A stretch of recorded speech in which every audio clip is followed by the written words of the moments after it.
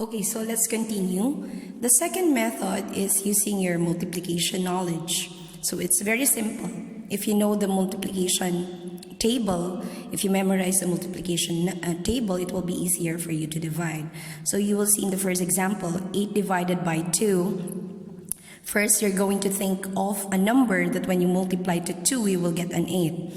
First, you will think of a number that when you multiply to 2, you will get an 8. So here, you have to know the 2 times table. So we know that 2 times 4 equals 8. So 2 times 4 equals 8. So here, you're going to write 4.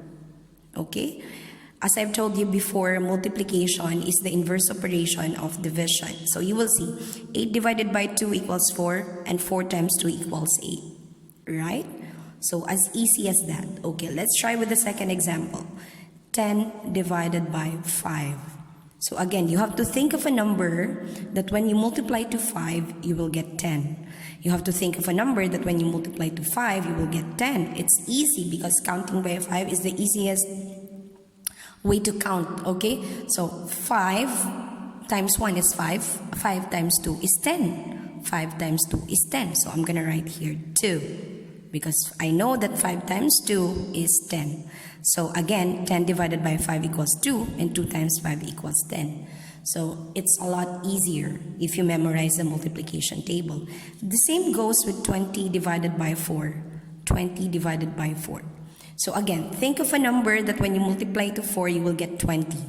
What is it, or what is the number that when you multiply to 4, you will get 20? So if I know the 4 times table, so let's count by 4. 4 times 1 is 4. 4 times 2 is 8.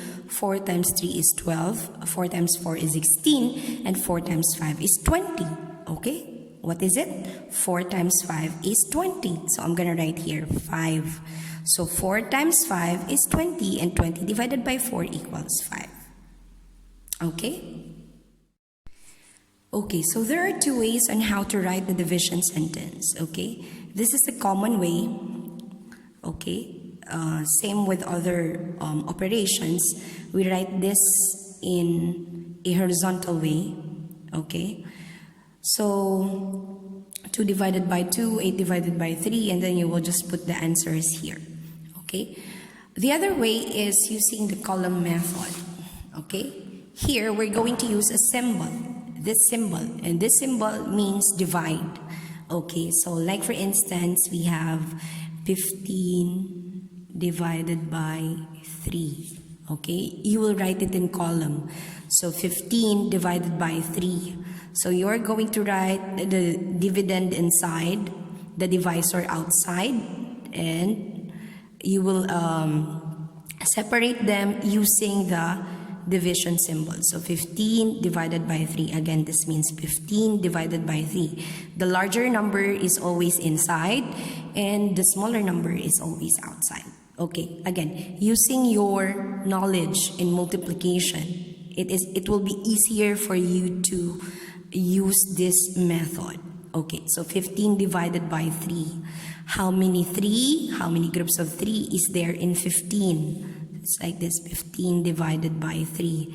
How many groups of 3 is there in 15? So I can make an array. So let's count by 3. 1, 2, 3, 4, 5, 6, 7, 8, 9, 10, 11, 12, 13, 14, 15. So let's count how many counters are there in each group. So 1, 2, 3, 4, 5. So the answer is 5. So I can write here 5 at the top of 15. So write 15 or 5, write 5. And then times 5 times 3 equals 15. And then 15 minus 15 is 0. So in this kind of method, we use the acronym DMSB. DMSB, or you can memorize this using dead monkey smell bad. This is the easiest way to memorize this acronym, dead monkey smell bad. But the real meaning of this is D stands for divide, M stands for multiply, S stands for subtract, and B stands for bring down. So as you can see, we started with division. 15 divided by 3. Then the second method is multiply. 15 divided by 3 is 5. Okay, write the answer at the top.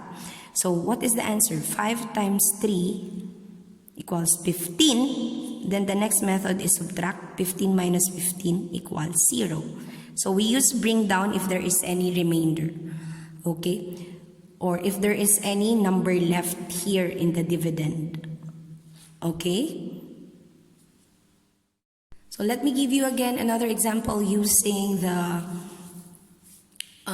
column method. Okay, let's say we have 12 divided by 4. Okay, again the bigger number is inside, separated by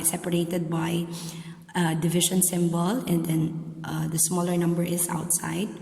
Okay, 12 divided by 4. So the first method is we divide. Then remember the acronym DMSB. Okay, the first D means divide. Okay, so 1 divided by 4 cannot be. So you have to proceed with 12.